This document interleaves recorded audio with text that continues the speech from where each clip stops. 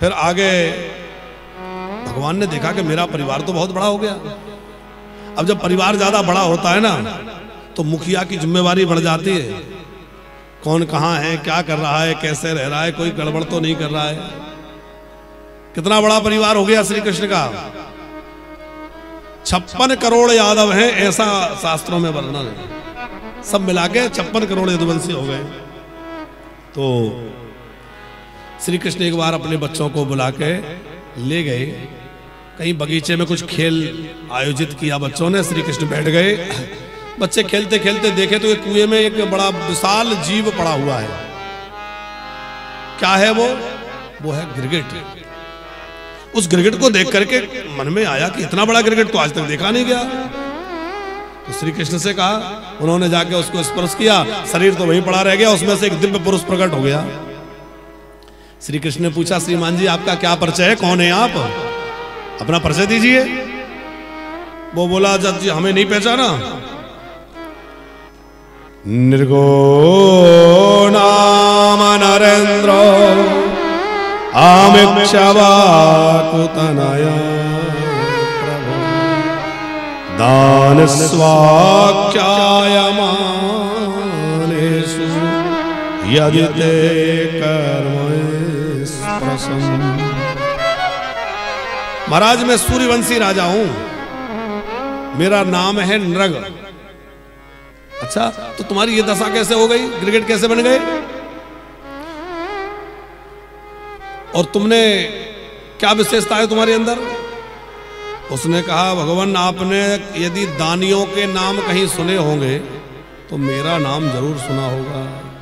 दान स्वाख्यायमानेषु,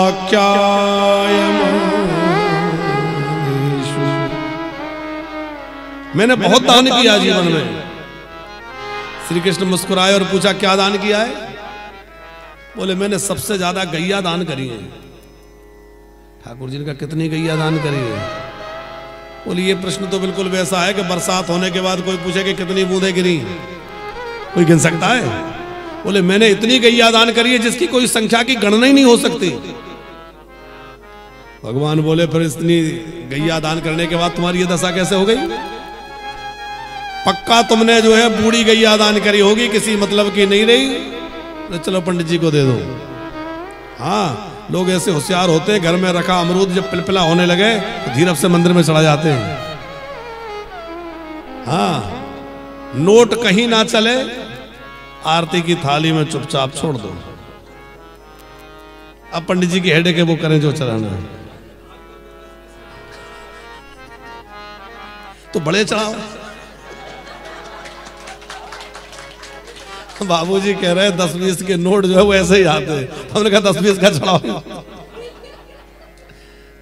देखो, ये तो हंसने की बात है, लेकिन वस्तुतः बात यह है कि भगवान की सेवा पूजा में अथवा दान में हमेशा उत्तम वस्तु का प्रयोग होना चाहिए। हम कहते हैं आप किसी को पूरा कपड़ा मत दीजिए, 5 कपड़ा मत दीजिए, 1 दीजिए, पर वो 1 ऐसा दीजिए कि वो उसके उपयोग में आए। उसका कारण यह है कि आपने दिया और उसने उधर उधर फेंक दिया, उसका तिरस्कार हुआ और तिरस्कृत हुआ तो आपको उसका अपराध लगेगा, क्योंकि आपकी हुई दी हुई वस्तु का सदुपयोग नहीं हुआ। तो ऐसी वस्तु दें जिसको देने के बाद उसका सदुपयोग हो। भगवान ने कहा, तुमने ऐसी गैया दान तो नहीं करी कि अब किसी काम की तो है नहीं, दूध तो दे नहीं रही, चलो पंडित जी को दे। और ना ना ना, तो कैसी गैया दान करी। पयस्वनी तरुणी शील रूप, मैंने पयस्वनी माने दुधारी गैयाओं का दान किया, जो तरुण अवस्था की थी, जो शीलवान थी। ऐसी नहीं कि मरकनी हो, लड़ाकू हो। तो तरुणी शील रूप गुणोपपन्ना कपिला। सुनाओ।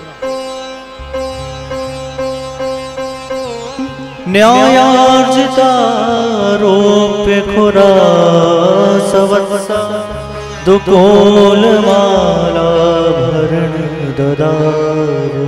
पयस्वनी तरुणी शील रूप गुणोपपन्ना कपिला है श्रृंग करी। कैसी गायों का दान किया? जो बड़ी गुणवान है। कपिला गैया, हेम श्रृंगी का मतलब है उसके सींगों में हमने स्वर्ण लगा के दान किया, पैरों में खुरों में चांदी लगा के दान करी। भगवान बोले तब तो तुमने अन्याय के अधर्म के धन से गैया ली होंगी, नहीं तो ऐसी तो दशा तो नहीं होती। देखो दान करो तो ऐसा नहीं कि 2 नंबर की कमाई करी और उसमें से कुछ दे आओ। खैर देव तो अच्छा ही है, कहीं आश्रम चलेंगे, पर यह है कि दान हमेशा अच्छे धन का होना चाहिए। एक उदाहरण आपको दें तापड़िया जी कि पांडवों ने राजसू यज्ञ किया और राजसू यज्ञ इतना अद्भुत यज्ञ है कि आप महाभारत को पढ़ेंगे तो समझेंगे कि उसमें कितनी विलक्षणताएं थी और कितने धन का प्रबंध करना पड़ा। लेकिन इतने विशाल यज्ञ को करने के बाद पांडवों को थोड़े दिन के बाद ही वनवास हो गया, अज्ञातवास भोगना पड़ा, द्रौपदी का चीरहरण हुआ। तो इतने बड़े यज्ञ के बाद उनको इतने दुख क्यों झेलने पड़े? भाई इसके बाद तो उनको दुख नहीं मिलना चाहिए था, इतना बड़ा राजसू यज्ञ किया।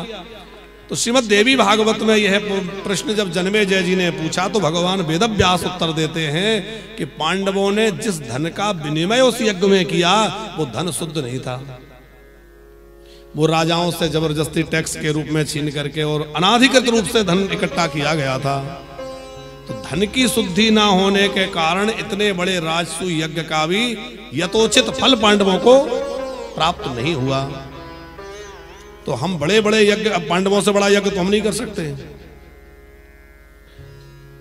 लेकिन एक सतुआ यज्ञ है, वो सुना है आपने? नहीं सुना, हम सुना देते हैं। एक पति पत्नी थे और बड़े गरीब थे, भोजन के लिए कोई प्रबंध नहीं था और कई ऐसी परिस्थिति में फंस गए कि कई दिन तक उन्हें खाने पीने कुछ मिला नहीं। तो उन्होंने खेतों में से चने के दाने बीन लिए। खेत कटने के बाद फसल हट गई, अब जो दाना गिर गया है उसमें से थोड़ा थोड़ा चना दाना बीन के उन्होंने इकट्ठा किया और चने के दाने इकट्ठा करके उनको थोड़ा भून लिया, पीस के उनका सत्तू बना लिया और सत्तू बना करके उसको भगवान को भोग लगा के तुलसी पधरा के प्रसाद पाने के लिए दोनों पति पत्नी परोस लिए और परोस के बैठे थे। उसी समय वहां एक याचक आ गया, कोई ब्राह्मण या कोई साधु, बहुत जोर की भूख लगी है, कई दिनों से कुछ खाया नहीं है, थोड़ा सा कुछ मिल जाए। तो ये धर्म है कि हम पहले ना खाएं, पहले अतिथि को खिलाएं। तो पति पत्नी दोनों ने विभाजित कर लिया था। तो पति ने अपना हिस्सा धीरे से उठाया और वो साधु के सामने रख दिया। साधु ने पा लिया, लेकिन अभी उसकी क्षुधा की निवृत्ति हुई नहीं थी। अभी भी उसकी आंखों में लालसा और ये भाव लग रहा था कि थोड़ा सा और मिल जाए। तो बार बार देख रहा था। तो पत्नी ने सोचा कि जब पतिदेव नहीं खा रहे, मैं भी क्या खाऊं, हम दोनों भूखे रह जाएंगे, कम से कम इनका तो पेट भर जाए। तो पत्नी ने अपना वाला हिस्सा भी उठा के साधु को दे दिया। साधु ने पा लिया। अब साधु को तो पता नहीं था कि इनके पास इतना ही है, वो तो अपना पाके हाथ धोए। तो हाथ धोने से थोड़ा जो पानी नीचे गिरा उससे भूमि कुछ गीली हो गई, गर्मी का समय था। वो पंडित पंडितानी तो जो गृहस्थ थे वो तो चले गए, लेकिन एक नेवला वहां आया और वो नेवले ने देखा कि कुछ गीला है, तो उसमें वो गर्मी से परेशान था तो थोड़ा सा लोट लगाई ताकि उसको ठंडक का अनुभव हो। ठंडक के लिए उसमें जैसे लोट लगाई तो जितने शरीर में उसके वो पानी लगा वो उसके बाल जो है वो सोने जैसे हो गए, स्वर्णमय हो गए। वो बड़ा प्रसन्न हुआ, लेकिन सारा शरीर नहीं हो पाया, थोड़ा ऐसा लग पाया। तो उसने मन में विचार किया कि एक साधु को जमाने से उसके हाथ धोने के पानी में मेरा शरीर स्पर्श होते ही मेरे बाल स्वर्ण जैसे हो गए, पर अधूरे हुए। तो जहां पांडवों का यज्ञ हो रहा है वो तो विशाल यज्ञ हो रहा है, वहां तो हजारों साधु संत भोजन करेंगे, तमाम लोगों के हाथ धोने का पानी वहां तो नदियों के नदियां बहेंगी, तो मैं उसमें गोता लगा लूंगा तो पूरे स्वर्णमय हो जाऊंगा। ऐसा सोच करके वह नेवला पांडवों के यज्ञ के पास गया और जहां वो पानी की धारा बह रही थी उसमें खूब गोते लगाए, एक भी बाल में परिवर्तन नहीं हुआ। उसके मन में महान आश्चर्य हुआ, ऐसा क्यों हुआ? तो देव ऋषि नारद प्रकट होकर कहते हैं, देखो बात यह है कि इन्होंने इतना बड़ा यज्ञ किया है, उसका उतना फल नहीं है जितना फल वहां उस ब्राह्मणी ने साधु को जमाया उसका फल है। उसका फल इससे कई गुना अधिक श्रेष्ठ है। तो भैया धर्म की परिभाषा बड़ी सूक्ष्म है। न्यायार्जितो रूप खुरा सवत्सा। राजा नरक कह रहे हैं, मैंने न्याय पूर्वक धन कमाया, उससे गोदान किया और बछड़े के सहित सवस्ता गईयों का दान किया, अन्याय के धन से नहीं, अनीति का धन नहीं। फिर ऐसा क्यों हुआ? देखो राजा नरक ने अपनी गलती बताई कि मुझसे क्या अपराध हुआ। बोले क्या हुआ कि मेरी गैयाओं में एक बार एक पंडित जी की गैया मिल गई। अब पंडित जी की गैया मिल गई तो हजारों गाय थी, तो मैं तो पहचान ही नहीं पाया। मैंने दूसरे ब्राह्मण को दान कर दी। जिनकी गाय गुम गई थी, खो गई थी, वो ढूंढ रहे थे और जिनको मिली थी वो लेके जा रहे थे, दोनों रास्ते में मिल गए। और ये तो मेरी गैया है। उसने कहा हो गई तुम्हारी, मुझे अभी अभी राजा ने दी है। दोनों झगड़ गए, दोनों राजा के पास आए। राजा का धर्म यह था कि जिनकी गैया गलती से आ गई थी उनसे क्षमा मांगता कि देखो मुझे पता नहीं था कि गाय तुम्हारी है, तुम अपनी गाय वापस ले लो, और चाहिए तो 2-4 गाय और ले लो और मुझे क्षमा कर दो। तो उसके पाप का कुछ परिणाम कम मिलता, उसका पाप का प्रायश्चित हो जाता। पर उसने अभिमान में भर के क्या कह दिया, अरे तुम्हें भी मैं नहीं दी होगी, सबको गैया मैं ही देता हूं, दूसरी गैया ले जाना, झगड़ा मत करो। वो ब्राह्मण दुखी हो गए, मेरी घर की गाय थी, निराश होकर लौट गए। जब राजा ही न्याय नहीं कर रहा तो क्या करें। उस अपराध के कारण राजा नरक को गिरगिट बनना पड़ा। इतने गोदान और इतने बड़े दानों का फल छोटा पड़ गया।